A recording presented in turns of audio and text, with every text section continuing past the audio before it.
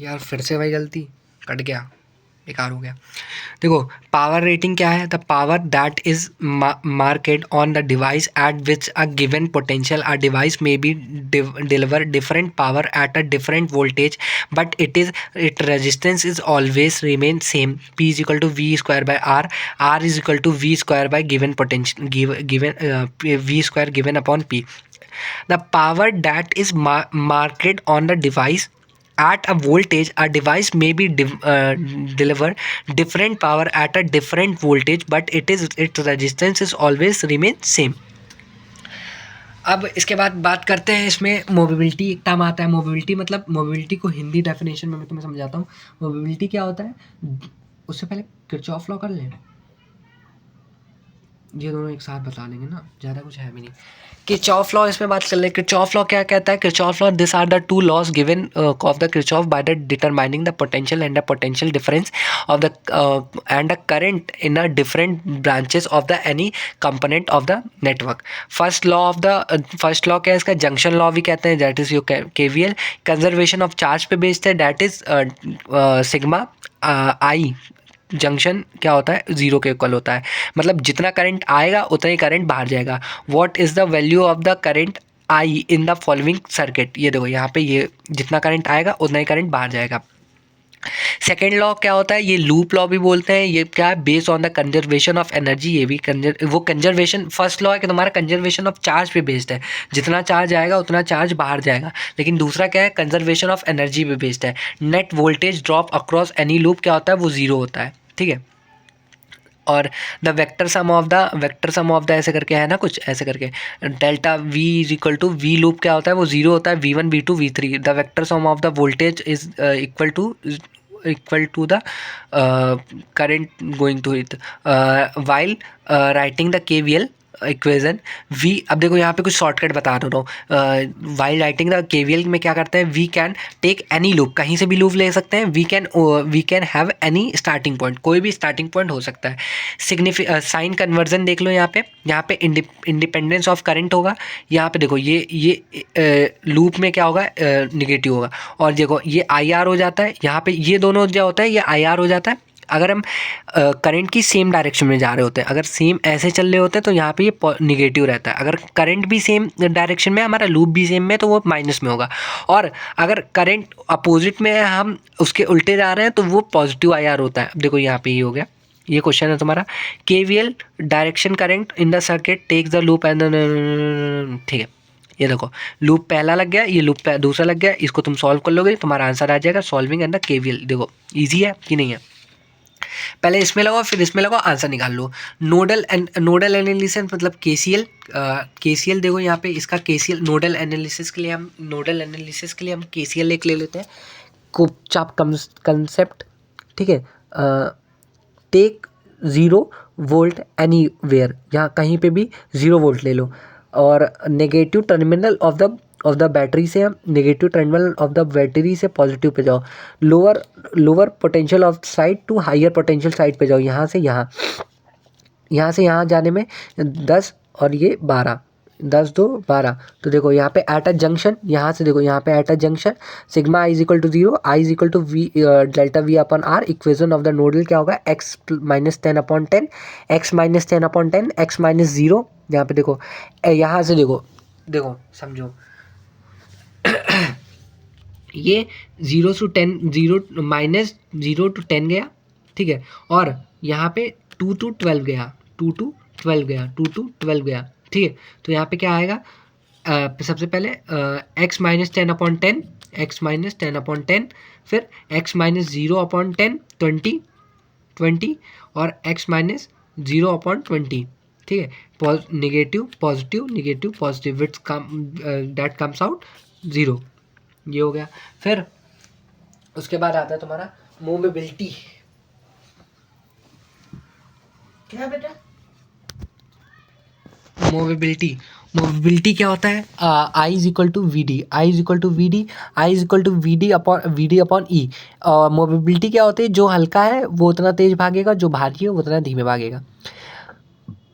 तो मोबिलिटी का फॉर्मूला होता है ई टाउ अपॉन एम।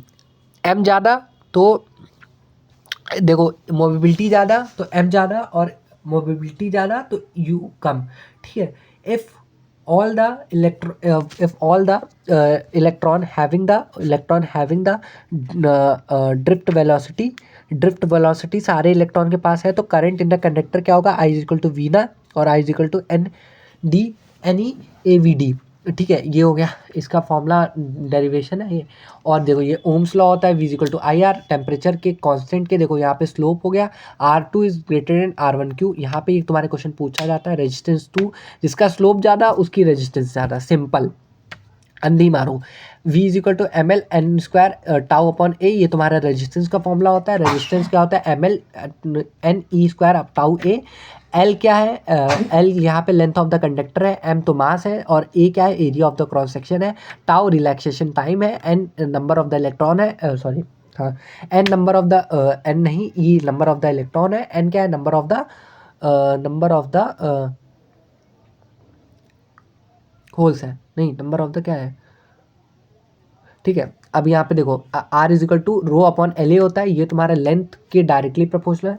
रेजिस्टेंस जो होता है वो लेंथ के डायरेक्टली प्रोपोर्शनल होता है, एरिया के इन्वर्सली प्रोपोर्शनल होता है, लेंथ के डायरेक्टली प्रोपोर्शनल होता है। लेंथ बढ़ाओगे तो रेजिस्टेंस बढ़ेगी, लेंथ कम करोगे तो रेजिस्टेंस कम होगी।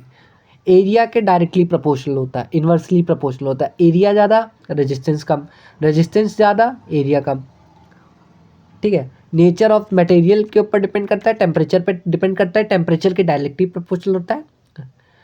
टेम्परेचर ज़्यादा, कोलिजन ज़्यादा, रेट ज़्यादा, रिलैक्सेशन का टाइम कम, टाउ ज़्यादा, और आर भी ज़्यादा, मतलब रेजिस्टेंस ज़्यादा। बट रेजिस्टेंस क्या होता है, independent of the L1 of the area. Resistance area के ऊपर कम नहीं डिपेंड करता है, नेचर ऑफ द मटेरियल पे डिपेंड करता है, टेम्परेचर पे डिपेंड करता है। एम क्या, मास ऑफ इलेक्ट्रॉन हो जाता है, E is equal to number of the electron हो जाता है। रो क्या होता है, directly proportional to 1 upon n upon tau.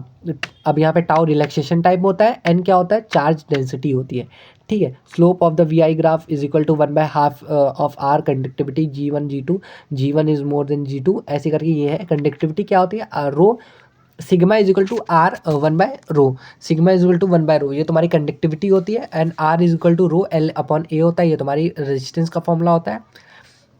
और R is equal to M L N E square A upon, ये तुम्हारी रेजिस्टेंस का फॉर्मूला है। अब देखो रेजिस्टेंस डायरेक्टली प्रोपोर्शनल टू किसके, लेंथ के होता है, एरिया के इन्वर्सली प्रोपोर्शनल होता है, एन के इन्वर्सली प्रोपोर्शनल होता है, और टाउ के भी इन्वर्सली प्रोपोर्शनल होता है। कंडक्टिविटी टेम्परेचर के डायरेक्टली प्रोपोर्शनल, कंडक्टिविटी ज़्यादा, कॉल्यूजन ज़्यादा, रिलैक्सेशन टाइम कम, रेजिस्टेंस ज़्यादा। और R F is equal to R not 1 plus directly proportional to delta T, resistivity at a 0 degree temperature, thermal conductivity of the R is equal to rho delta R naught delta T upon unit क्या होती है, K inverse, dimension क्या होती है, K inverse.